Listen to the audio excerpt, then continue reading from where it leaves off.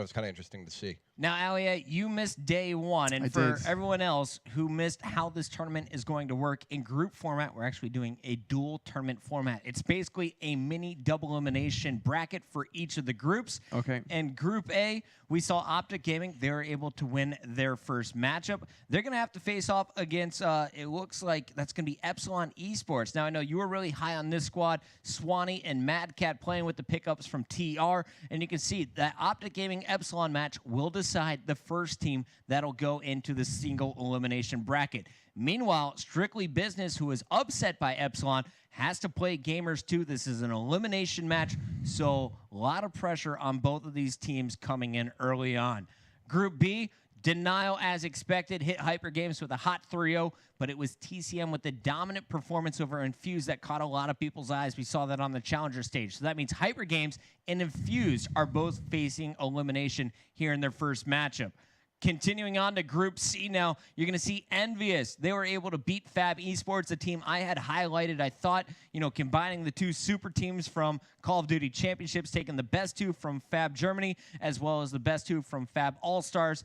Unfortunately, Fab Esports unable to hang with Envious. They were defeated, and Optic Nation was upset by Vitality Storm. So Optic Nation, Fab Esports going against each other here. That is going to be one hell of a matchup to see who will survive in the event. And finally, Group D, we're going to see Aware Gaming after the upset over Team Kaliber.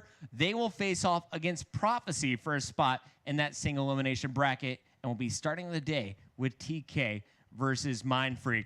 Now, guys, that's kind of the broad overview of day number one. But Muddog, for you, what were kind of the key moments in day number one?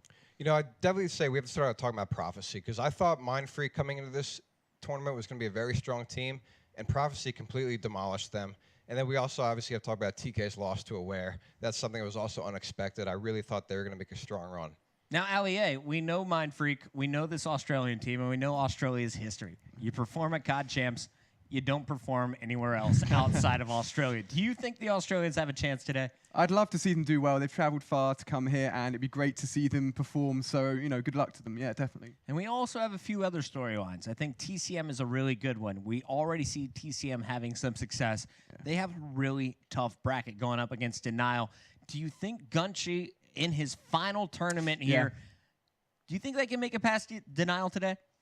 It's going to be tough, really tough. I think it's going to be a close one. Honestly, I think Denial will probably take it, but I'm sure TCM will go all out and really try and smash it and try and do as well as they can for Gunchi in his final tournament. In the studio yesterday, Shane was talking about how much he wants to get Gunchi that win. We'll see later on if they can pull that off on our main stage. Speaking of the main stage, here's a look at today's schedule. You'll be joining us all day long. We have 6 matches on the main stage, 6 matches on the Challenger stage, and you can watch both of the streams exclusively on MLG.tv. The first match of our day, though, we're starting with the lower bracket. The first round of elimination matches, Mindfreak, Team Kaliber, followed by Fab Esports versus Optic Nation. We will see that Denial TCM game, and Optic Gaming versus Epsilon. That's all happening on the main stage. Envious and Vitality Storm, another great matchup we'll see a little bit later on. But let's see what's going down on the Challenger stage. Now, this is going to be Hyper Games and Infused in their elimination match, followed by Strictly Business and Gamers 2, the Spanish squad, facing off there. Prophecy will be playing Aware Gaming, and then we'll see 3 other matches a little bit later on in the day to decide who will be in our final 8 in that single elimination bracket. Now, we saw the schedule, guys. We got to talk about the predictions coming into the tournament. Everyone's talking Optic Gaming. Ali, I know you weren't on this card. I got to get your thoughts. Out of the teams competing here, out of all 16, who is your favorite to take it all? It's a tough choice, and I can see both Denial and Optic on there. I'm gonna have to go with Optic Gaming as well and put my choice on the board. I think they're a great squad. They're looking strong, so I think they're set to potentially take it. I think you're agreeing with basically all the casters except Rel and I. Okay. Rel and I, for some reason, think that the World Champions Denial can do something a little different this week. And we saw ESWC last week, and Denial struggled. I'm not going to lie. Attached negative KD, at least not living up to the standards that he made for himself back at COD Champs. I think he's going to be the player to watch in this tournament. But Denial, if all 3 are clicking, you know they're dangerous. I think Optic Gaming, though, probably the safest bet. I like to go out on a limb, as you see here with the wild cards. I went with Mindfreak. They let me down on day number 1. I was talking to Izzy, one of the top Australian pros. He said, this is not the Mindfreak I'm used to. This is not the Mindfreak Australia knows and loves. We need to see Mindfreak take their game to the next level, because yesterday they played absolutely flat and they got dominated by your squad, Prophecy and Mud Dog.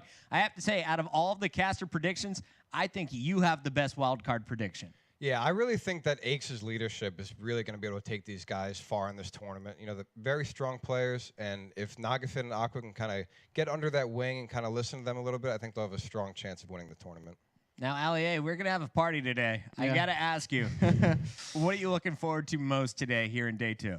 So many big matches. I think the Optic Gaming and against the UK team, it's going to be coming up as well. Epsilon's going to be huge. Yep. So I'm really excited for that. Just tons of huge matches. And then, of course, leading into tomorrow, it's just going to be absolutely awesome. Mud Dog, out of all the elimination matches, who do you think is going to have the roughest time? Team Kaliber plays Mindfreak. We see Optic Nation. They're going up against Fabi. Infused Hyper Games, and then Gamers 2 going up against Strictly Business. Who has the roughest road this morning? You know, I really think Mindfreak does, because TK, even though they're coming off a loss, I think they're better at bouncing back. They've been through the loser bracket before. I think Mindfreak is probably going to be a little rattled right now after that shaky start yesterday. Now, if you're looking at Mindfreak, Ali, I know you were talking to these guys a little bit earlier in the morning. We're looking at Buzzo, Shocks, Fida, and Dens. Fida, finally 18, was able to attend Call of Duty Championships first time, playing alongside Australia's best. Who do you think is going to be the key player to watch today? I'd definitely say look out for Fighter. I think, you know, as you said, just turned 18. I think he can do a really good job on that team, and just wish him all the best of luck, and keep an eye on them and see how they do in this tournament. After watching them yesterday, I think Dens was their best player, their most consistent player. Shocks, though. Shocks, I know what you can do. I watched you do it live in Sydney. Play like the way I know you can, because yesterday Shocks was kind of crapping the bed, I'm not gonna lie. Mud Dog on the other side, though, Team Kaliber, another team who didn't have the best time. Sharp, Gunjar, Nameless, and Parasite losing to Aware to start off their tournament. Who needs to step up for this squad? You know, I really think it has to be Sharp here. He's one of those players that'll switch roles between the BAL and the ASM1 based on the situation, but he just needs to step up and pick up some more kills than he was yesterday. Gunjar, always a player to watch, but really my eyes are on Nameless. I know what I'm getting out of Parasite. I know what I'm getting out of Sharp. Nameless, if he can take his game to what we saw back at G3, you remember when Envy won the whole thing back at the end of Ghost, I think he's going to be my player to watch. Nameless, you're my X factor. Can he live up to the hype? I know that game is getting ready on the main stage right now. Let me get some predictions here, Mud Dog, starting with our professional analyst. Give me some numbers, man. I'm going to say that TK3-0 is Mindfreak here. I think they're going to come out strong and win the series easily. Ali, you want to take a stab? I'm going to say 3-1 to TK. I think the Australians are going to have, you know, a good game potentially and take 1. So 3-1. I'm going to give the Australians 1. Australia, don't let me down. You're my wild card. I'm calling Mindfreak to pull off another major upset. Wow. They outplaced Team Kaliber back at Call of Duty Championships. I realize it's a different TK squad, but I think they could pull it off once again. We'll have to wait and see how it plays out. For now, though, that is enough from us here in the studio. Let's send it down to the floor with our casters. Thanks, Puckett. Courage down here on the floor with Rel for day 2 of the Gfinity Spring Masters 1 here live from the Gfinity Arena in London. And Rel, what a match to start off the day. Oh yeah, and a really important one as well, because the crucial point of this match is the loser is going home. That is going to be it for them in this double elimination group bracket system. It all kind of comes down to this for both of these teams. So we've got Team Kaliber, you know, renowned within America as such a strong organization, the individual players within them incredibly talented, but Mindfreak, this almost unknown entity for quite some time, proven themselves now at an international level, could really pack a punch to Team Kaliber and send them home early. One thing we were talking about before going live is that these two teams traveled extreme distances to get here. Obviously, Team Kaliber from the U.S., Mindfreak from Australia, and the loser of this match will not only be eliminated, but they will go home without winning a series all weekend long. Yep. So that is demoralizing to say the least. And I believe if TK does 3-0 them like Mud Dog is predicting, That means Mindfreak would leave without winning a single map. Yep, and it would be really disappointing for them. But it's just a testament to how good the players are at this actual event. Yeah. I mean, this is a grand international event. We've got the top 16 teams in the world, arguably battling it out here for their place as the Gfinity Spring Masters champions. It's the first Gfinity Masters event as well. So there's a lot of pressure on these guys as well. Now, they've talked about predictions there in the analyst studio. I don't know what you're thinking is going to happen here. I mean, I got to give it to TK. They struggled a little bit yesterday. Obviously, that upset to Aware. They lost that series 3-2 in Game 5. But you saw Parasite going on Twitter saying, you know what, I'm going back. IMR, overkill, taking it all out. They were practicing with it all week and then kind of changed up their strategy. Might have thrown them off a little bit yesterday. You can see the boys in the booth right now, Nameless getting them all hyped up. Mindfreak, though, looking serious as ever. I know Bioacid and the rest of the Australian fans are tuning in from all the way out there in Australia. There's the crowd here today, guys. Give yourselves a round of applause. We're here live. It's still only noon here, but you can tell people are hyped for this. I got to give it up to Gfinity. This arena is absolutely beautiful. Oh, well, what better place to watch Call of Duty than a cinema, right? Oh. So, yeah, it's going to be a really good game this. Now, so you're back in Team Kaliber. I'm going to say the same, but I'm going to predict a very close game. So if we actually look at the previous series that has sent them down into the lower bracket of the pool, so to speak, Mindfreak did actually lose 3-0 to Prophecy, and TK only lost 3-2 to Aware. Now, the 3-0 to Prophecy, I was kind of predicting that. The 3-2 Aware, I wasn't. I thought TK were better. So for me, I've got to say TK are underperforming here. And if that's going to carry through against Mindfreak really could take advantage of that. Well, Rel, let's take a quick look at the maps here that we're going to be seeing in our first match of the day. We're going to start things off with Retreat Hardpoint, then heading into Solar Search and Destroy, Retreat CTF, Biolab Uplink, and finally Search and Destroy on Detroit yet again. I believe that's the maps we're going to be seeing here. Our lobby says Detroit, so who really knows? They're going to be switching that up very shortly, yeah. So we're going to be getting some Retreat Hardpoint, probably my favorite Hardpoint map, actually. So fast-paced when they go to that first hardpoint in the courtyard area. And this is something that we've been talking about a lot, is that some of these teams don't get as much experience against each other. So American teams, they all know each other's play style. They face each other very often on these maps. Then on the other side of things, Mindfreak, you really only get to see them, only get to face each other when they come to these LAN events. Yeah. So could Mindfreak be saving something special for this TK squad? Can they catch them off guard here in game number 1? That's going to be the key thing. Will FIDA step up, be that big slayer that they need for this team, or will just the raw talent there on TK really be going to take things over? People talk time and time again.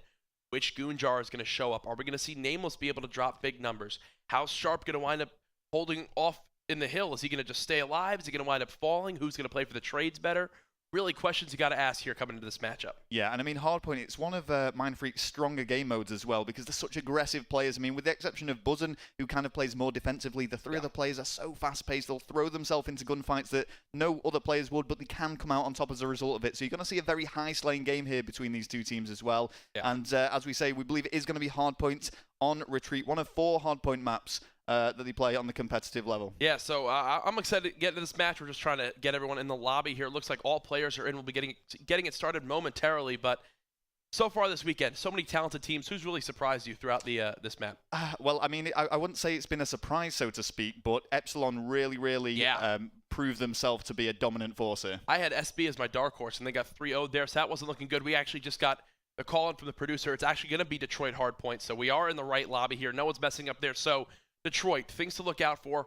Who's going to win those early rotations? Are we going to possibly see Attack 19 in the first hill from someone like Parasite getting really up close and personal? So deadly if you use the IMR overkill combo there. But guys, the map is loading up here. There on your screen, you see Team Kaliber, Sharp, Goonjar, Nameless, and Parasite, and the boys from Mindfreak. A lot of fans watching this. 2 big-name teams on the verge of elimination. Detroit Hardpoint. Really a map that's just going to come down to, I think, which ARs can hold down those long sight lines on mid-street, as well as who can get those entry kills on the rotation. Oh, absolutely. I mean, this first hardpoint area there, just in the Atlas Cube, it's so well covered, so you only need one player sitting in there, and as you say, this is where the assault rifles can really prove themselves, pick up a lot of kills, and just provide that support and fire and defensive work that's going to allow the team to win the game. Ladies and gentlemen, we're loading into map number 1 here on the main stage for day 2 of the Gfinity Spring Masters 1 live from the Gfinity Arena. Who do you want to hop on board with off the start? Well, we're going to start off with Sharp now and see what he can do right off the blocks here. And you can see just this huge push from both teams right away, trying to get as close as they can to that Atlas Cube. Immediately, it's going to be Sharp picking up the first kill. FIDA and Shox answering right back. Sharp playing this one slowly here, just trying to hold down the school spawn for his team. locking down this middle street with the bow in hand, getting hit by a stun here, not able to push aggressively towards this middle Atlas building. You see Dens picking up a kill on his own teammate there. That's going to help TK get this early control here of the mid-Atlas cube. And something to point out here, Nameless already heating up with that ASM1. That's what they need to have happen in this game if they want to take it. Yeah, and you can just see Sharp here still alive. 3 kills to his name, racking up another one. If he can just make that, does get shut down there. Dens and Shocks combining with Fighter. All 4 temporarily of TK do go down. A great break coming out of Mindfreak here. Now they're going to begin the rotation here towards this back trailer. This is what you want to hold down on this new hard point. All 3 players of TK, though, now beginning to push. These next gunfights are going to be absolutely crucial. A nice little spot there from Parasite, but he gets spotted by Fida. And early control yet again going to Mindfreak. And this is it. So these guys are really stepping up now. TK, renowned as one of the best organizations in America. The team has struggled somewhat in recent tournaments, but this is the time to really step up. They need to fight back. Remember, the loser of this best-of-5 series is going to be going home. Yeah, as you can see right now on your scoreboard, Buzzo still yet to get a kill in this game. We're getting the audio sorted out for you guys right here. Just imagine the gun sounds going on. Shocks rotating here towards Closet, and all 4 players now pushing in from Mindfreak. They are yet again in full control. And you know, Rel, off the start here of game number 1, Mindfreak more than holding their own up against TK. Great start for the Aussies. Oh, yeah, they do seem to be on top. I mean, you can just see the early rotations going down from them now as well. With 10 seconds left on that clock, they need to be making a move. Nameless is going to clean up the scrap points in here. He's going to pick up 2 big kills, but it's only going to allow his team to bring it back by 5. A massive, almost a 4-piece there from Nameless, but 3 do go down. The rotation coming from TK earlier on, already 2 players inside the hard point. You could see a 3-man push towards that back Atlas spawn. A nice entry kill from Shocks. Gunjar, though, able to trade it, but that was the goal of their push. You can now see multiple players coming in from Closet, coming in from the back Atlas building. This is where they want to pinch and try to break this hard point. But Gunjar heating up here. Now on a 4 streak, he's starting this game 10-5, doing the slaying that TK needs here, leading the squad in kills. Oh, yeah, well, he's brought He can't be stopped. He's brought them right back into this. I mean, TK were behind by quite some margin, actually, but now they're just striding ahead, and the pressure's really being applied to the Australians. Now you can see that kill feed almost completely TK dominated, and Australia, you need to do something special here. And right now, if you look at your minimap, these Australian players are pushing in 1 by 1, and TK couldn't be happier about that. They need to slow down, get control of the spawns, and push in together. Finally, you saw Dens there get that kill at the back Atlas building. Now they are in full control of the spawns. They know where to predict TK from coming from. Buzzo here needs to stay alive with the bow. Yeah, and he's doing a good job of that. Just about manages to clean up Nameless. And I've got to say, that's the one downfall of Mindfreak. They're almost too aggressive. They need to go in as a unit. They need to pincer attack and try and draw them out. If they go in single file, then they're going to get shut down. That is a great push through Green Alley there from Nameless. Able to get in there due to the help of Parasite, who is in back hotel. Sharp now heating up with the bow, finding 2 kills of his own. Nameless sitting here finally has a gun challenge. Not able to pick up that kill. So as you can see, back and forth here, but the score, 40 seconds in the lead, is TK, able to build themselves a little bit of a lead, but Mindfreak in control of this hill. They are not going down without a fight. And Dens actually cleans up for their massive play from him. As they were saying in the analyst studio, there's probably the standout player for Mindfreak so far in this tournament in that previous best-of-5 series. He is finally going to get shut down now, and with 7 seconds left, they all need to be thinking about the rotation. We can already see players migrating towards that next hardpoint area. Couple players on each team choosing not to have blast suppressor on for Hardwired. Want to shut down those stun grenades. Fida now inside school early on. TK trying to pinch here. The player in Green Alley is going to be so crucial. Looks like he does get taken out by Dens. There's a 2-piece from Fida. Make that a 3rd with the help of his teammates. So great stop there from the boys of Mindfreak. They're now only down by 15 seconds. Yeah, I mean, Mindfreak were trailing by quite a bit. TK really got themselves back into the game, but look at this. The tables have turned once again, and Mindfreak are fighting back. Love and this play. This is going to be a really close game between these 2 guys. He's able to try to pick up that kill there in school window. Now the push coming in from lockers. Nameless finds 1. Fida still staying alive on a 4 streak. Wow. Gets the kill there. Also on the player pushing through school stairs. Great stuff here from Fida. Finally goes down to the hands of Gunjar. Gunjar picking up 3 kills of his own. That's going to be the break that TK needs.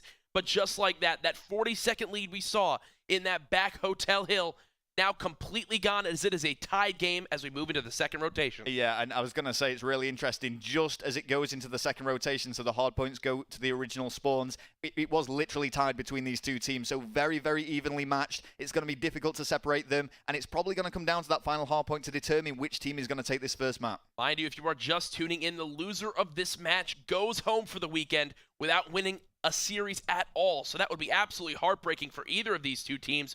You can tell they have so much on the line here. The lead now going back in favor of Mindfreak. Shocks trying to stay alive here in Hospital. Such a power position here. Not only can he watch school stairs, he can give his teammates crucial callouts, help cover that mid-Atlas building, and the kill feed entirely in favor of Mindfreak. Fighter picking up another 2 kills. He's 24-20, leading the squad in the slaying department. Yeah, and I just wanted to get on board with Fighter then because he did get another big 3-piece, and we've talked about his slaying abilities. An absolutely phenomenal player, and he's proving that now on the grandest stage here. They've got a significant lead now, 32 points ahead. MF held down that middle hard point there, Rel, for the entirety. They had a great job of cutting off that school push through lockers. Fido was really just dominating there in the entire school building. Buzzo falls to the hands of Sharp. The early control yet again going to Mindfreak. TK losing these rotation battles here, Rel. Yeah, I mean, the lead has just swayed back and two so much, but it just seems like Mindfreak are edging it as we go into the final stages of this game. 3 minutes 30 left on the clock, but that is a big lead that Mindfreak do have. That's a huge 4-piece there coming from the boys of TK, now in full control. They're going to know they spawned all the way out at the back Atlas. These next few kills are crucial. If TK can find these entry kills and stop the push from MF, they'll be able to get the last 20 seconds of this hill, and we'll be back in a tied game. A flank, though, coming in, able to clean up Shocks. Buzzo wins it up close gunfight. Fighter finds the second, and MF now in full control of this hill, and they still have a 30-second lead. Yeah, Buzzo did so well to stay alive there. Fighter threw himself right into the gunfire, came out on top. I believe he got another 2-piece. I'm just going to get on board with Fighter as he cleans up the final points. That was a huge play from Nameless right there. Getting aggressive with that ASM-1, he knew he had to clean up the players pushing through Green Alley. He did just that, finds another 2-piece, not able to make it a third. TK able to win this early rotation. Now this one player in the back here, I believe it's Sharp with the ball in hand, actually has an ASM-1, finds 2 kills. Gets cleaned up, though, by Dens, but Goonjar right there to offer support.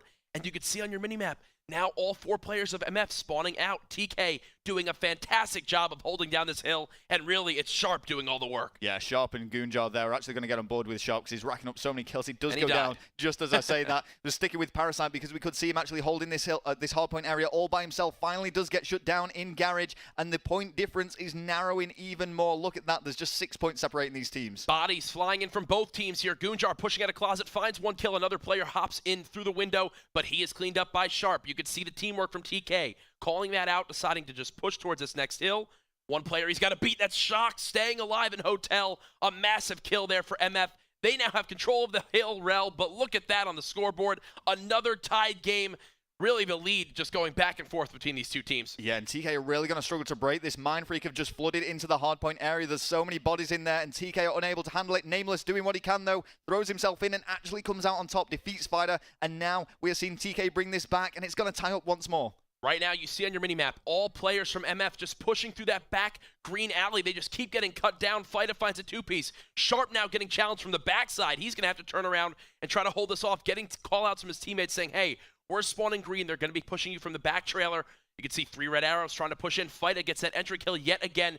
What a crucial player here for Mindfreak. Parasite taking out enemies, taking out his teammates. It doesn't matter. They're killing everything right now. TK with a 20-second lead here with 60 seconds remaining. Yeah, Mindfreak have really let this slip, and TK have done a great job to get themselves back into it. Mindfreak actually had a big lead temporarily, but look at that difference. Now it is going to come down to the final hard point, but realistically for Mindfreak to take this, they're going to have to hold it pretty much the whole time. Oh, exactly, and this is a hill we've seen it done time and time again. Sharp, yet again with that ASM-1 in hand, getting those first 2 entry kills. Nameless cleaning up the third. TK breaking this hard point flawlessly here. They just have to hold off for another few seconds, and they will take map number 1. Well, surprise, surprise, it's Fighter that's found himself in that hard point. He's battled them out. He's securing some points for his team, but 3 go down. Buzzon's the only one left alive alongside Shocks. They're bringing this back. There's still time for Mindfreak to do it, but TK are trying to close them out. TK now only a few seconds away from winning this one. Nice kills from Sharp, able to find the third there.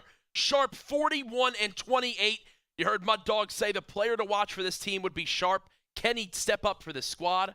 He did just that in game number 1, TK. It was a back-and-forth match. I'll tell you right now, Team Kaliber fans, they won it, but that was not the margin of victory that they wanted to have there. They want to see a 250 blowout. There you can see the crowd getting hyped. An absolutely electric game number 1 to start off the day. Oh, yeah, and we're going to try and get that game sound on as quick as possible. It is far more entertaining, I promise you. But, yes, a big, big play for TK there. Sharp, as you say, 42 kills, only 29 deaths. So his kill-death ratio there, phenomenal. But let's not forget the big plays he actually made to secure those hard points. Yeah, the hashtag best in the lobby there, showing why he has that YouTube series. Explosive performance right there, 1.45 KD. And really, the difference makers in that game. Fida doing big things there, 37 and 36. The stats might be like, oh, he's only +1, but he was the player for Mindfreak that would be selfless, hop in that hard point, get those entries they needed, and really he was the reason they were even close in that game through and through. Multiple times you saw him just push into hotel, find 2 kills, stay alive for another 5-6 seconds. That's what really kept the game close there. You saw Mindfreak take a 40-second lead. TK was able to bounce back, get a 40-second lead of their own. Then Mindfreak kept it close. But really, at the end, the main difference maker was on that final school hill when it was close. Sharp not only killed the player that was in garage, but then pushed into school window, got that kill, which cleaned out that entire side of school and gave Nameless the opportunity to clean up shocks to get TK in control. Well, that's it. I mean, Mindfreak had to secure that hard point, and they could have won it if they'd have secured it for the full 60. They didn't even need the full 60, but they did so well to actually bring it back as far as they could. TK just managed to shut them out once again, so great play from TK, and they're going to get the first round under the belt. We're just going to throw you back to the analysts and see what they thought of that game. All right, thank you, guys. First and foremost, does anyone else think it looks like Courage is smelling his co-caster? Yes, it certainly does. He needs to back up a little bit.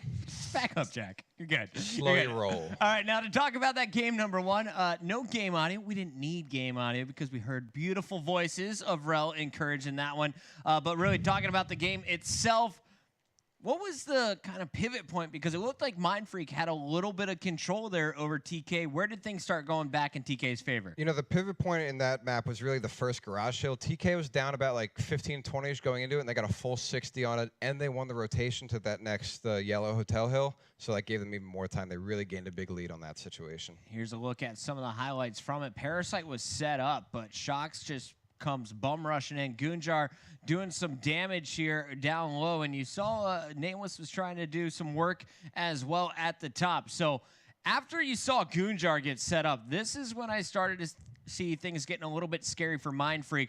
Talking about Mindfreak, though, Allier, who was kind of the issue for their squad in the early parts of the game? Because you saw Fida doing everything he could, but they just couldn't keep up in the slaying. Yeah, Buzzo was a bit slow off the start. I believe it was 0 and 7, so no kills there initially, but he brought it back. But that slow start definitely let down the team a bit, so if he'd upped his game a bit, it would have helped overall, but extremely close. Now, we did see that Buzzo was able to catch up. We saw the rest of Mindfreak really turn things on, and they were able to get out to a 40-point advantage. Mud Dog, what went wrong for them? How did TK get back in the game and eventually take that lead? You know, one of the biggest issues was on that garage hill rotation, they let Nameless get a 3-piece in that hill with like 10 seconds left, which the green hill didn't matter, like getting that time, but the biggest issue was it gave them that back school spawn, and that rotation became really difficult for them. All right, so you get the better spawn for TK. TK causing some issues. Overall, I thought Mindfreak was playing pretty well. Yeah. I was really bummed to see that TK was able to take it back, but I have to give credit to the Team Kaliber players because Sharp and Gunjar were really the strongest forces, I think, in that game number 1. Sharp putting up some of the biggest numbers in the game, really taking over, especially over at the hotel inside of yellow, was able to do some damage on that rotation. And Gunjar throughout was playing pretty consistent. I thought the biggest play for me, though, Gunjar inside of school picks up the 3-piece after you saw all of Mindfreak set up. That's where they were able to start getting a little bit of momentum. But looking forward now, we got Search and Destroy next. Allier, out of all 8 of these players, who are you looking at to drop the biggest numbers? I'm not sure. I'm a big Sharp fan from TK. I've known him for a while, and he's a great player, so maybe watch out for him.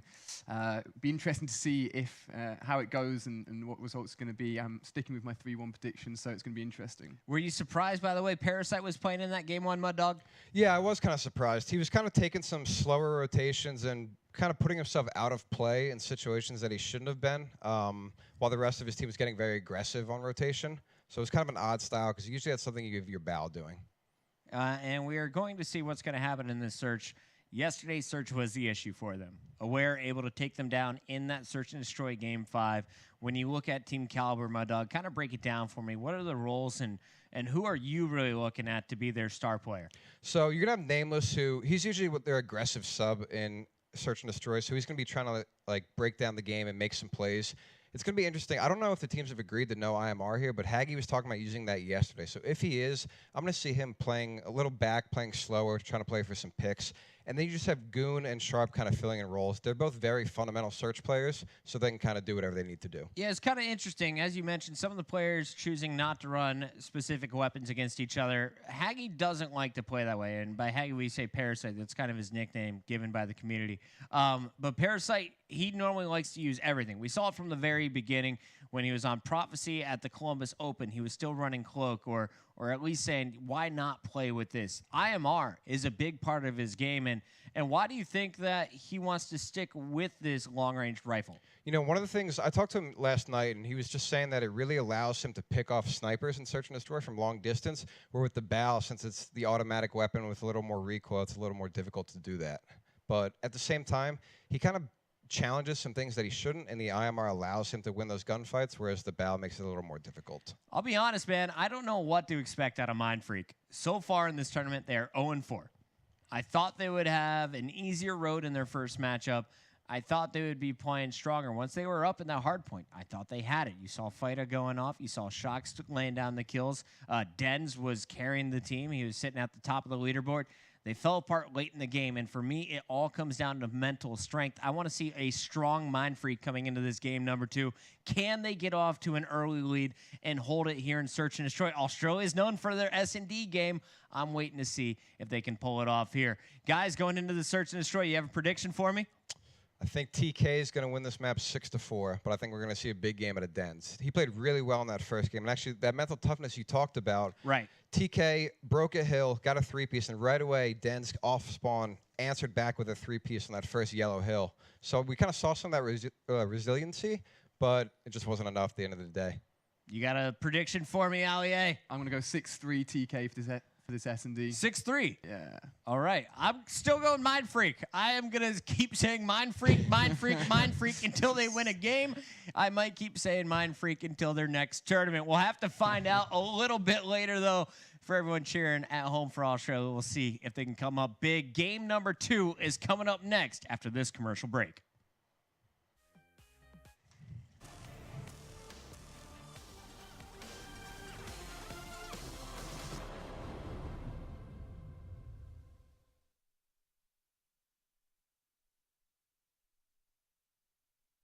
Wait, you're not on it?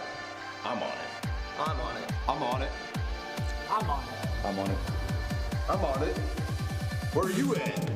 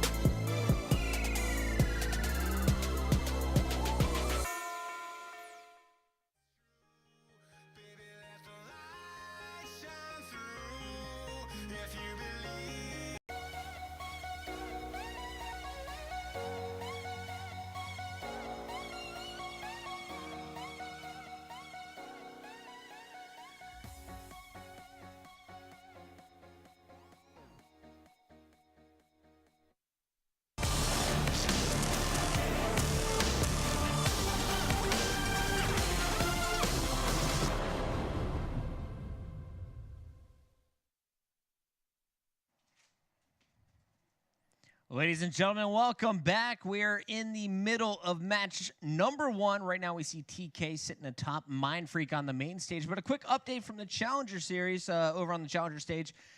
Give us the update, Mud Dog. I hear Hyper Games is doing some damage. Yeah, Hyper Games was able to beat Gamers 2 in the hardpoint by, I think it was like 70 points roughly, and they were currently up in the Search and Destroy 4-1. I don't know what that's transitioned to now or progressed to, but it's the current situation there. Yeah, it's actually Infused. Sorry about that. Okay. I said Gamers 2 right before we went live. Infused is the team that is struggling right now.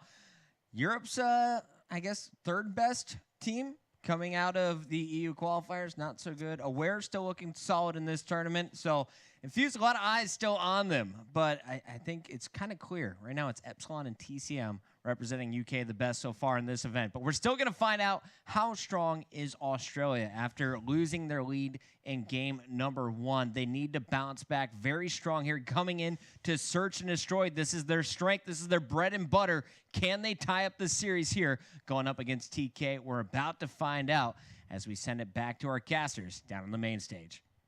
Thanks, Chris. We're back down here at the main stage. You can see the trophy right there on your screen. A packed house. Courage in the booth, joined by Rel. Rel, game number 1 was really close throughout.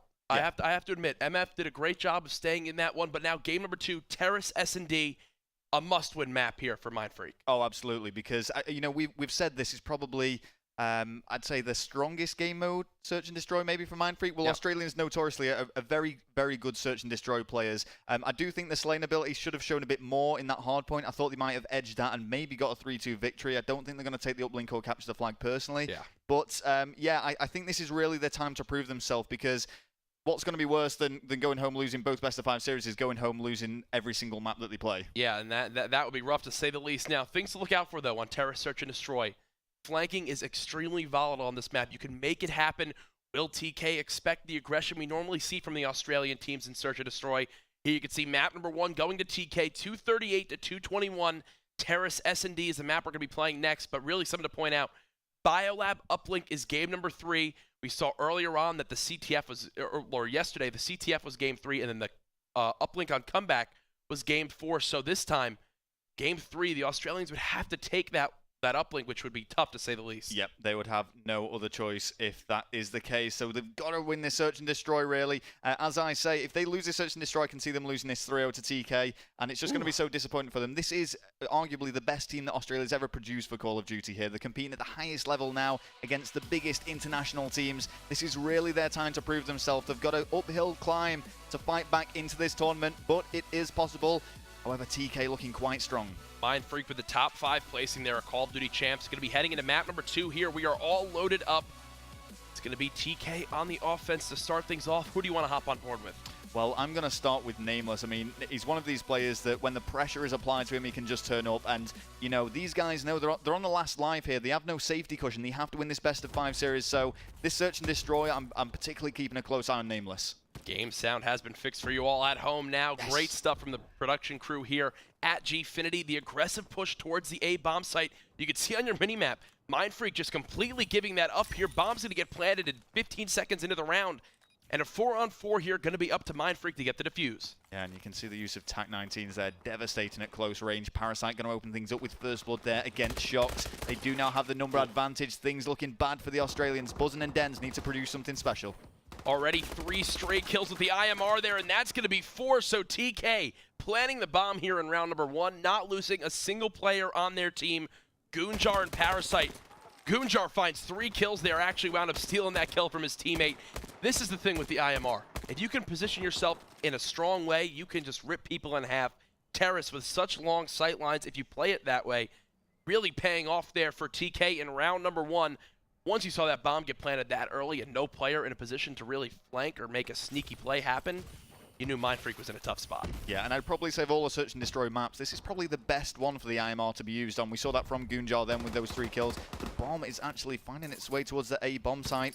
And who is this at B? Parasite's going to be pretty useless over there for now. Goonjar is going to pick up the first kill against Dens. Oh, and there's Nameless, who just completely shuts down that push from Buzzo with the TAC-19. He's going to try to back up here. Fight it, finds 1 kill though with the ASM-1, now a 2-on-2. They still do have control of the bomb. Smart play here from Sharp. He's just going to back off and play for his life. Oh, and every single player very split up there. Parasite's actually going to pick up that first kill. Shocked with a lot of work to do going into a 1v2. Love this bait and switch here from TK. When Sharp gets aggressive, he pulls back, lets Parasite get in position. There, Parasite shows himself. He backs up, lets Sharp get aggressive. Sharp able to clean that one up there. So a 2-0 lead here, all ready for TK on map number 2. Not the start that Mindfreak wanted at all. Not at all. And I actually wanted to get on board with Parasite for this next round. An incredibly strong Search and Destroy player. As we said, he was tweeting quite a lot yesterday. Yeah. Quite a few things. Always a vocal player. Well, this is it. And one of them being that he was going to be using the IMR. Let's see if that's the case. It doesn't look like it is. So he's sticking with the ASM-1 there. Got his Exo Mute and the Thermal Moors in his back pocket. Spots one player getting aggressive towards the back river here. Will he begin to push? Spots a second here. Parasite able to get first blood. Whips out the sniper, not able to connect as Fighter takes him down there with the IMR. A 3-on-3 here, and yet again, the bomb site being planted at A. Completely given up here from the Australian squad. Goonjar's going to be important now. He's got the cutoff. He's going to come up against 2. He's in a great position, though. Does get shut down by Shocks. The IMR battles continue here. Fighter in a good spot, trying to spot any players he can. Shocks able to clean up Nameless there. A 2-on-1. Sharp, the last one alive. He's got a lot of work to do now. He's just got to run that time down. The defuse hasn't been attempted just yet. He's spotted one player, picks up that kill. Is he going to find the second? Yes, he is. Wow. Big 1 versus 2 there by Sharp. Sharp knew both players had an IMR in hand. When he dropped down, he knew the player had not spotted him yet. That's why he got up close and personal, cleaned up the 1 kill, immediately checked the bomb, spotted Fighter, not missing many shots, taking him out there. Sharp now 3-0, having an amazing series so far after he dropped, I believe it was 41 and 29 in that first hard point. And it just showed such confidence, because all that he really had to do there was run that time down. He didn't need to necessarily go for the challenge, and he just took Mindfreak by surprise. They weren't expecting it, so great play by TK. Buzzo started game number 1 0-7, now 0-3 here to start game 2. He's really going to have to step things up if Mindfreak wants to have a chance here in this series. TK getting aggressive towards the A-bomb yet again. They do not want to let that bomb get planted with ease. Oh, and who's this making the big push now? It's going to be Dens. Let's see what is going on for him. He does get shut down, getting on board again with the attacking team. Fighter now, the bomb carrier. Goonjar 7-2. Let's hop on board here with him really quickly. He's got that sniper in his back pocket with the IMR, just completely lethal from distance. TK with full knowledge of where the bomb is down at. They're just going to surround that. What a tough spot for Buzzo to be in. Let's see what he's going to try to do. Yeah, he's got so much work to do here. 1 versus 4, time's ticking away. Doesn't even have the bomb in his control, and he was just outmanned and outgunned there, using a short-range gun to try and win that battle. Did actually pick up the kill, I believe, but still going to get shut down. TK playing for the trades there, knowing, hey, if one of us falls, we can easily clean him up. That's Goonjar yet again, now 8-2 on a 3 streak. Absolutely dominant performance here from him in game number 2, but really, all of TK more than holding their own, now up 4-0 up against Mindfreak. Yeah, Mindfreak are really, really struggling here. And I've got to say, much like the previous game when they went up against Prophecy, I expected them to do better, but it hasn't been the case so far. We've got to watch Goonjar here, 8-2. Goonjar, rocking tactician here, going to get aggressive right towards the middle of the map. Spots 1 player, takes down Buzzo. 2 more players from Mindfreak going towards the A-bomb site. Goonjar spots 1. He is not afraid to challenge any gunfight here. Knows the player has to be in the bedroom. Did he spot him? Finally does, pushing towards green. Able to clean up that player. Now a 1-on-3 here. Dens last alive. Dens has got to produce something very, very special. Is going to... Oh, he's not going to manage to get that kill. Once again, Goonjar cleaning things up. 5-0 is now the scoreline. And after such a close hard And it was actually Parasite that got the kill. So I guess that's how that worked. But okay, sure. I was almost sure that was Goonjar. But yeah, Parasite is going to get that final kill. And with the IMR, finally does introduce it to the Search and Destroy. And 5-0 is the scoreline. And I mean, when you compare that to that hard point we just saw, with it was either a 16 or 17 point difference separating the 2 teams, you just wouldn't have expected this to be so one-sided. Parasite, Sharp, and Goonjar are a combined 18-4 here in this game number 2. A dominant performance, and Goonjar gets first blood yet again. The aggression is paying off. Shocks able to trade the kill. Now Nameless pushing in. He falls to the hands of Buzzo. Finally, the numbers advantage going in favor of Mindfreak. Sharp able to kill the bomb carrier. He's going to get that audible noise knowing that that bomb is down. Getting shot from the side, though. He's just trying to stay alive. Oh, here we go, Sharp in this 1 versus 2. We saw him pull it off earlier on in the Search and Destroy. Can he do it again here on Terrace against Mindfreak? Bomb plant is going to be attempted. Sharp, really unfortunate not to clean up that kill. The bomb has now been planted. Going to be up to Sharp to defuse the bomb here in the next 45 seconds. Getting aggressive towards his top glass side. Still has not spotted any of the players from Mindfreak. They're doing a great job of just baiting themselves out, trying to spot where Sharp is at first. Able to pick up that first gunfight, and no trade coming in here from Dens. Finally able to connect with those shots, so Mindfreak on the board. Can they pull the 6-0 comeback? I'm going to be honest with you, I'm going to answer my own question. No. No, it's not going to happen. It's certainly not looking that way, but well done to them for getting around there. It would have been quite humiliating for them to suffer a 6-0 defeat, and then going into game number 3, the heads would have been down so much. An uplink, too, of all game modes. Yeah, and now we are going to be going back onto TK here, and we've seen him quite a bit so far, but this is the Goonjar show, effectively. He's on 11 kills, the only player that's double positive. He's almost got the same amount of kills as the rest of his team combined. That's how well he's playing in the Search and Destroy. Goonjar pretty decent at Call of Duty. We've known that for years now. You can see the strategy being switched up here from Mindfreak, now going towards his A-bomb site. Goonjar dancing around a sniper shot there, still staying alive. Shox finally taking him down with the IMR, but another round where TK goes to get this bomb planted within the first 20 seconds. Parasite does come head-to-head, loses out to Shox. That bomb is going to go down. 2 versus 3 for TK now. See on your minimap, 2 players here from Mindfreak, going to get aggressive here towards the bedroom side. Sharp staying alive, putting shots down on Buzzo, able to connect with 1 kill, now a 2-on-2. His teammate all the way by this green room. Will he spot the player challenging him? Yes, he does. That's Nameless winning that with the TAC-19. Fighter left in the 1-on-2, IMR in hand already. Getting weakened here. Will he connect with the grenade on Sharp? No, he does not. So, has to defuse this bomb in 10 seconds. Sharp takes him down, and just like that, Mindfreak falls 6-1. In map number 2, you can see Nameless giving Sharp the high five. 7-1 from Sharp. Goonjar 12-4. Really just great performances out of everyone there on TK. Yeah, an outstanding search and destroy game from then. 6-1 is going to be that final scoreline. And let's not forget, Mindfreak there, it was 3 versus 2, so they had that man advantage, and they really shouldn't be losing rounds like that. So, you know, credit to TK for pulling that off, but again, another disappointing performance by Mindfreak. They've so far lost 5 out of the 5 rounds they've played in the Gfinity Spring Masters, and they've got to do something special now. They've got to win 3 rounds on the bounce against TK if they want to take this series. 3 straight maps would be more than a challenge up against here of one of North America's best teams. You can see on your scoreboard, Sharp 7-1, a 7.0 KD ratio with 3 plants. Pretty good if you ask me. 12-4 out of Goonjar, though. He was really the difference maker in that map. Not only was he finding kills left and right, but really, when it came down to the aggression, he won it every single round. He would at least get first blood before being traded. Great stuff from him. Not afraid to challenge any gunfight there with the ASM-1 in hand. What I love to see too out of TK in that final round was Nameless, playing smart and green, was patient, had the TAC-19 in hand, knew that if anyone pushed him, he would basically win that gunfight guaranteed unless they caught him sleeping. And then Sharp, even though he was challenged by 2 players, he had the advantage there because it was up to that player jumping around with the AR to try to hit shots while flying through the air. Sharp was stable on the ground, didn't panic, able to just take down those players, put the number advantage in their favor, and then Fido was easily cleaned up there. So 2-0 lead now for TK. Game number 3 going to be uplink on Biolab. Here you can see your map breakdown, 238 to 231, or 221, sorry, in game number 1. 6-1 there, dominant performance from TK in game 2. Biolab uplink. You know, Rel, I got to ask, what does Mindfreak need to do to even have a chance of winning this game? Well, the American team's notoriously strong when it comes to uplink, and the Europeans always tend to suffer. Australians, however, could be completely different. I've got to still back TK when it comes to uplink, or when it's on Biolab, as Maven likes to call it, Biolink. Yeah. So that's the game type that's going to be playing. And just going back to that Search and Destroy as well, you were saying about Nameless. I love that TAC-19 play. You know, he realizes that he can't go in for the challenge. He's got to sit back. He's got to get himself in tight corners and go for that close quarter combat. Yeah. Worked for him. And Goonjar, the way he was actually playing that out, he wasn't following the bomb carrier at all. He was just like this lone wolf, pushing, going down his own routes and taking down Mindfreak by himself. There you see the beautiful map fly through of Biolab. One of the close quarter maps here that you'll see played on this circuit. There's the uplink drone spawn at bottom snow. We're hopping into the game here. Fighter and the boys from Mindfreak 1 game away from being sent home here at the Gfinity Spring Masters 1.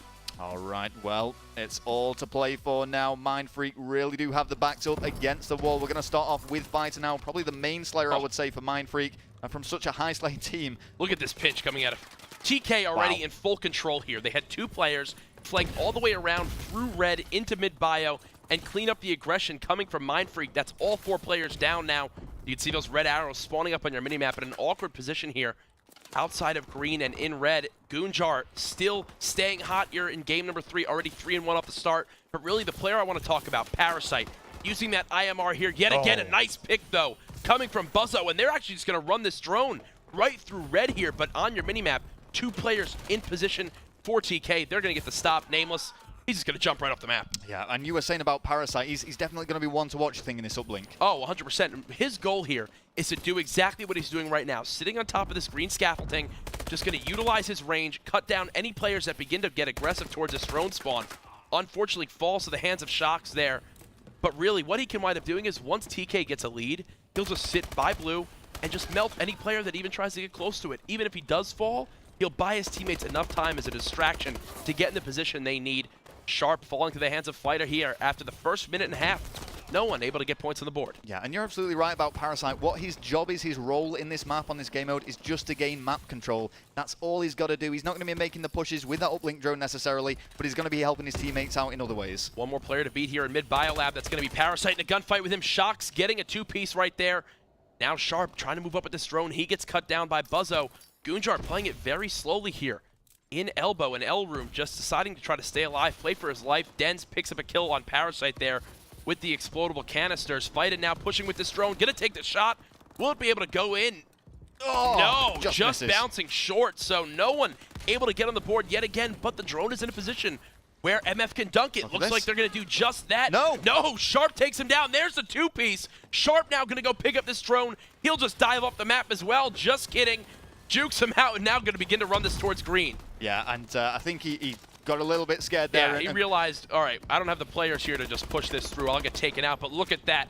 Deciding to stop, he stopped the drone from going in, picked it up, decided to reset it, then stayed alive, picked up that last kill on that player, and now TK have the full push, all the blockers they need here to try to get this drone in. Well, after that huge hardpoint performance from Sharp, we saw him go 7-1 in the search and destroy, and once again he's coming up clutch for his team. We are finally seeing something on the scoreboard there as TK secure the first point. Parasite able to toss that one in. He was 6-2 to start up this game, now 6-7, so on a 5-death streak, but really the thing to point out is that he wound up picking up that drone. Selfless play from him. Earlier on was just melting players with that IMR. Now Nameless with beautiful movement here into yellow. He's just going to die for this uplink. Able to connect there now with 3-0 lead. The dunk from Nameless. Look at the confidence there. Juking 2 players who were pushing him in purple. Got right into that dynamic map element building there as it was falling down. And here's what I was talking about. Parasite will sit there all day long with the IMR in hand. Would have liked to seen him head glitch behind that blue box there a little bit more, but TK with a 3-0 lead. They are more than happy to just sit here all day and just fire down on MF as they try to grab this drone. Yeah, and they're doing just that, and coming out on top, we can see Sharp now actually wanting to make a push, trying to get some more points on that scoreboard. Is he going to go for the player throw? in position. He's actually just holding back. He needs his teammates to be making these kills to go for the push. He's actually making a risky move here. But it's going to pay off because Goonjar once again with that slaying ability, 16-7. Big 3-piece there from Goonjar. We saw it on the Search and Destroy. We're seeing it here again on the uplink. Javon, I apologize. We haven't been highlighting you enough this game. 17-7, really just slaying anyone on the map. Nobody on his team has yet even reached 10 kills. Explosive with that ASM-1 throughout this entire series. 12 kills in the Search and Destroy. Already almost 20. And we still have a minute left inside number 1 of Biolab Uplink. Yeah, and it's a 3-point score deficit for Mindfreak, but that's so easy to get back. I mean, if you can relay to uplink drones to the enemy spawn, then you can quite easily get back into this game. Just as we're giving so many props to Goonjar, he gets absolutely destroyed there by Fida. Buzzo in a position to pick up this drone. Sharp, though, sensing something. He still falls. Yeah, he's going to go down. So Mindfreak kind of fighting their way back into this now, but for the first half, time's just run out. And every time they try to get in position to grab this drone, they just get shut down over and over again. Even Parasite living there. TK just always in a position to trade kills. Now they're going to get aggressive yet again with the drone. To be honest with you, when Sharp shut down that one dunk, that was the only opportunity that MF has even had a chance to try to score this drone. There's the forward toss. Wow. Coming out of the boys on TK. Another dunk coming in from Sharp. And just like that, to close out side number 1, TK up 5-0. They are just 5 minutes away from closing out this series 3-0. And that's going to be so frustrating for Mindfreak as well. Quite literally in the last 2 to 3 seconds. 21-9. Conceding 2 points that late on in the first half. They should have just played it out. They were 3 points down, and of course they're going to have to take some risks and do things they wouldn't normally do to try and bring themselves back into the game. But they've still got to be defensive. They can't lose points while they're trying that. Here you can see Parasite still with the IMR in hand. He was talking so much about how much he wanted to use it. I was talking to him earlier on. He said TK practiced with it all week long, but then yesterday just didn't wind up using it. He said, well, I'm going to go back to it. I'm comfortable on it, and it is paying dividends for them right now. Parasite getting aggressive here towards Blue Room. Spots Buzzo on top of the green scaffolding, able to pick him up. 4 dead here momentarily for Mindfreak. They just continue to get shut down by the drone spawn. And again, it's very, very one-sided. The only thing we've really seen so far from Mindfreak was on that hard point, which arguably could have gone either way, but apart from that, this uplink and the Search and Destroy completely TK dominated. Love to see this push here from Dens, the confidence to go for this. He just knows, hey, we need to make plays happen, fight it, giving him some coverage. This should be an easy 2-point dunk here as it gets blocked by his teammate. There it is, so 5-2. Mindfreak saying, hey, we are not out of this yet. We traveled such a long distance, we need to take at least one map. Unfortunately for them, though, TK still up 3 with only 4 minutes remaining. Yeah, they're trying to do everything that they can here, but time and time again, TK just managing to shut him down. Shock's trying to sneaky push there, does eat the melee of Sharp. Sharp beating him down there. Buzzo trying to stay alive just to protect this drone for as long as he can. Nameless double jumping there, winning that gunfight with the ASM-1 and then immediately shooting that explodable canister, taking out Shocks there. Unfortunately for him, the one player left alive was right behind him, able to clean up that kill. Who's that all the way on your mini-map who is aggressive? That was Goonjar. Winds up falling there to the hands of Buzzo. So, back and forth here. TK not able to score. We're 90 seconds into side number 2. So far, Mindfreak more than holding their own here. Yeah. After we switch sides. I mean, Mindfreak are trying everything they can here, but they just keep getting shut down by TK, who I've got to say have been a lot more defensive this side. Sure, they're still making the pushes and trying to get to this uplink drone, and we're seeing more of a confident Mindfreak. There we go. Every single time that kill feed, you can see is just TK coming out on top. TK just needs to get these first few kills by the opposing team's uplink spot, and that will be all but over here.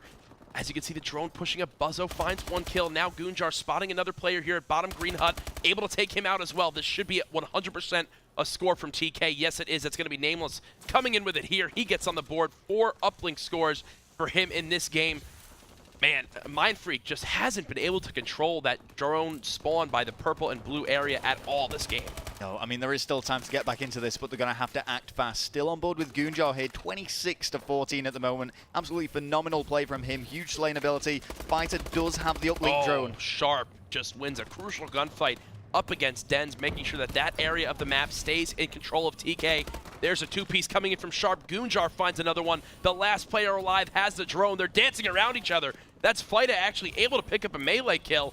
Parasite cleans him up though, so 2 minutes remaining. Still a 5-point lead here, and now Parasite running it towards top green, tossing out his stuns. He's gonna go right for the dunk, able to connect here. A 3-4 possession game here in favor of TK. Rel, what a tough spot Mindfreak's in. Oh yeah, I just cannot see them coming back from this. I mean, of the 8 minutes of gameplay we've seen so far, it's just been completely dominated by TK. All 4 players on Team Kaliber now positive. It's going in favor in the slaying department. They're doing a better job of playing the objective. Parasite making sure that none of these sneaky little flanks can work for Mindfreak here, and it is paying off. Fida able to find a kill there. First time in a while that Mindfreak was able to chain together some kills on TK. Now pushing for this drone control. They still haven't been able to even take a shot outside of the biolab window. No, and that uplink drone just got thrown out of bounds as well, just wasting time. Going to be so frustrating for Mindfreak, who are consistently trying to push and try and get some points on that scoreboard, but every single time just getting shut down by TK. Buzzo spots one player here. That's Nameless inside of purple, finally able to pick up that kill. He's going to continue to get aggressive here. With only a minute remaining, though, you're going to need to see a complete massacre of the players on TK time and time again. They just need to completely outslay here for MF, but unfortunately for them, that has not happened at all so far in this series end game. Parasite more than happy to just play that drone there on top of mid biolab. That's going to be the full 15-second reset here. I'll be honest with you, the Australian dream is looking basically over here, unfortunately for all you guys who wanted Mindfreak to do so well here after the impressive performance from Champs. They're going to leave this weekend without winning a map at all. Yeah, and I know 2 of our casters had them down as, 2 of the staff They're had dark them down horses. as a dark horse. I think Puckett was one of them. Yep. So they are going to be going home without winning a single round. It's so disappointed. We know how good of a team they are, but they face such fearsome opponents here in TK and Prophecy, and it's just not gone in their favor. Goonjar now 36-19. You saw Sharp step up big time for TK in game number 1.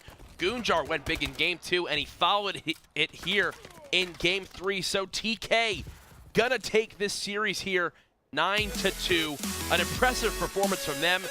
You gotta breathe a sigh of relief if you're a fan of Team Kaliber. Oh, absolutely, because after that shaky performance against Aware, which, you know, there were moments where they could have taken that. I think a lot of people were worried that one of the stronger American teams that are actually competing in this tournament as well. And Mindfreak must have been nervous going into that, but it's going to be a 0-3-0-3 exit for Mindfreak.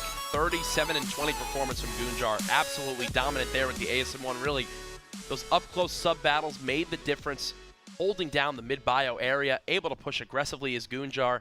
When you win multiple gunfights in a row, you just open up those paths for your teammates. One thing to point out, TK does now move on. They will have to face the loser of Prof and Aware, which the loser of that match, once again, is out. So TK really just playing for their lives the rest of this tournament, but Mindfreak, unfortunately, going home empty-handed. That's it. TK just trying to solidify their place as the second seed in this particular pool. And as you say, they're going to be going up against the loser of Prophecy and Aware. So there is the potential that we could see a rematch against Aware. A rematch against Aware or Prof and TK. Oh. And no matter what happens, those matches are going to be great. Yep. So can't wait, really, though, to look at things in this series. The Australian squad just wound up getting outslayed. There in game number 1 was really just... There was a couple crucial moments that just didn't go their way. Fida did all he could with those entry kills on the hard point, but unfortunately he wound up falling in that game number 1 was Mindfreak. Search and Destroy, completely one-sided. But we're going to go up to the analyst desk for a full breakdown for Rel and myself here on the stage. Puckett, take it away. All right, thank you, Courage, hanging out here in the analyst studio. We got Mud Dog ready to break down the action. Mud Dog, this may be the most boring tournament ever if you're looking for Game 5s, but if you're a TK fan, that was pretty exciting. Yeah, it certainly was. We saw, in that first map, we really saw Sharp step up, really, brought that slang with those 41 kills that we saw. Then right away, transitioned to certain story. Nice 2v1 there. Do you know what's better than talking? What? Talking when your microphone's turned on. We're going to fix that. We're going to get you some fresh batteries. We're going to throw some Duracell up in this business. Batteries are low. We're going to get you changed out. LEA, though. Can you hear me? Oh, I can. How are you? There we go. All You right, sound so good. All right, break it down again. So, that first map, Yeah. Sharp, 41 kills. I said he needed to step up and bring that slaying power. He really did. And then right away, we saw in the search, he had a nice 2v1. Goonjar dropping 12 and 4 in that search, too. Big plays by them. All right, LEA. I think I'm going to be saying the word Mindfreak for quite a while because they flew 20-plus hours to get 6-0'd in this tournament. Did not win a single game. I feel bad for them. What went wrong for them, man? What happened in that search and then going into the uplink? They just lacked in the kills. I think 3 of their team actually only had 2 kills for the whole of that search, which just is not what you need when you want to win those search and destroys. And I feel bad for them. I predicted they'd take 1 game. Unfortunately, they didn't. I thought the hard point in the first map would perhaps be theirs, and it just didn't happen. They ended up getting 3-0'd, so unfortunately, not been their tournament, really. Mud Dog, talk to me about Team Kaliber. Yesterday, there was all kinds of questions around this squad. Today, it's the TK we saw just a few weeks ago when they won a tournament up in Canada. Goonjar, when this team was put together, this was the team, or that was the player that everyone was saying maybe he should get removed. Maybe Sharp should just bring in 3 players. Today, he looks like the star player on the squad. Yeah, Goon really stepped up. We saw in that last uplink, he went 37 and 20. The biggest difference from today is just starting out strong. There, especially with Parasite on a team, if you start out well, everything's going fine. But as soon as you have that one bad map, then attitudes start coming, a little bit bickering. So when you get that initial start, it really helped them keep the constant pace throughout the match. The IMRs were on point, but Sharp was solid. The captain from start to finish. Right now, down on the floor, we have Sharp available for an interview. I'm here with Sharp. He's making me look a bit short. But you were told by Alier that you need to step it up. Do you feel like you've done that? Yeah. I think I did pretty good that series, so shout out to Alier. Well, actually, Alier, I guess it's kind of a roast. I don't know why Alier thinks I need to step it up. I don't know what I did for him to think that, but we stepped it up, so. Yeah, you won a 3-0 there, obviously against a good Australian team. I'm not saying that just because they're sat over there either. Now, what was your plan going into it after losing yesterday? Well, we lost him at Champs, so that kind of sucked. So I guess our plan going into it was just to beat him. I just wanted some revenge. Do you feel you got that? I mean, what kind of strategies do you felt work there? Well, I mean, I feel like to compare to Champs, we got to beat him in like 10 more events. But our strategy was just kind of, yesterday we were playing chaotic. We weren't really playing as a team, and we ended up losing to the Aware team. Also, Parasite brought out the IMR again, so I guess that kind of helped him out. So, I don't know. Things were just working a lot better. Perfect. So how far do you think you go in this tournament? I've actually predicted you come second, so I'm kind of hoping you do well. How far do you think you can go, though? Well, I mean, I'm just going to say first place. Shouldn't say anything else. Perfect. Okay, well, this has been Sharp from TK. They're going to advance now, and we're going to go back to the studio with Puckett. All right, thank you, Mike Kent. Of course, the highlight of that entire series for me was Sharp high-fiving the referee. You saw Parasite waiting a while there for Goonjar to get a high five. Sharp wanted to high-five someone, too. The ref's getting behind him. Now, Team Kaliber, they went down early. They won this match. Do you think they have what it takes to potentially bounce back and beat the winner of the loser of Prophecy Aware? I do think they will, because I really believe they're going to play Aware, and I think they're going to kind of learn from some of mistakes yesterday. It'll be interesting to see if the teams agree to the no IMR, because I know yesterday when they played, or when TK played aware, they didn't use the IMR, and obviously they had a lot of nice plays in search revolving around that gun.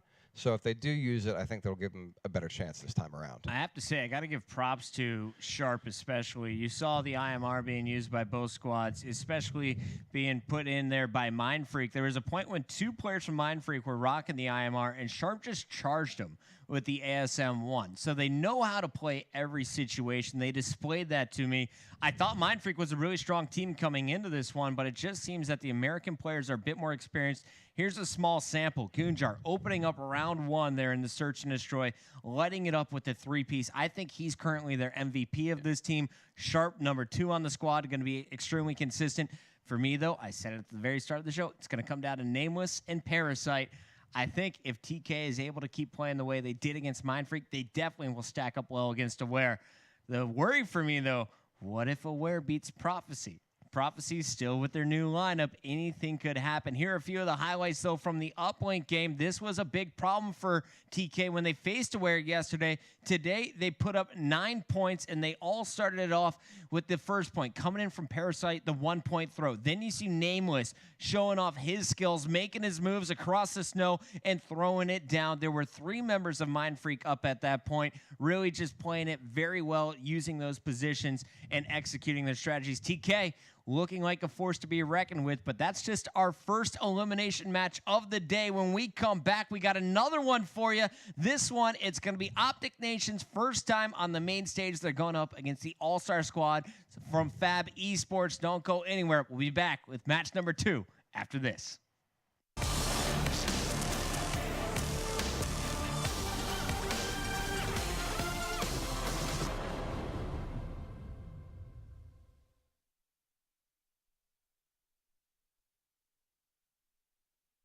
Wait, you're not on it? I'm on it. I'm on it. I'm on it. I'm on it. I'm on it. I'm on it. Where are you at?